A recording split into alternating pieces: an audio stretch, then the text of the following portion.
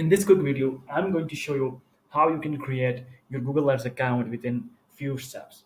So, initially, you have to go to this URL, ads.google.com. After landing on this page, you have to click on Start Now.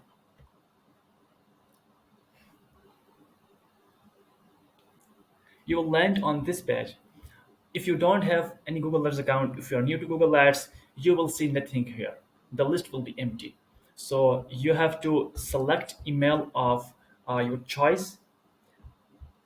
If the email is different, if you have different email selected here, then you can click on the switch Google Ads Google account to select the right email.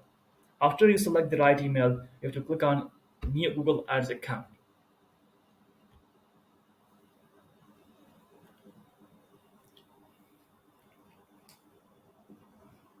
Okay, you will land on this page. So it's pitching us to create new our first campaign. So we don't want to create any campaign. We just want the account. So we can click on this link, skip campaign creation. Okay, these information are pretty crucial. You should fill this out, your billing country, time zone, currency, and then click on continue.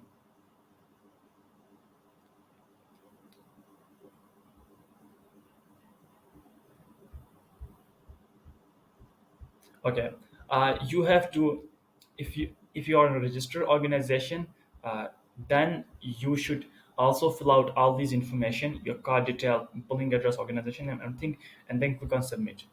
Uh, right now, I'm creating a dummy account, so I can just start without filling all these. So you have to skip this. Let me just put in some dummy dummy details. So after filling all your business details, the card details, you will land on this page. So your Google Ads account is created.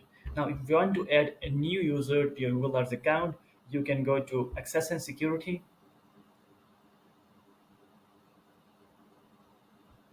You can click on this plus button.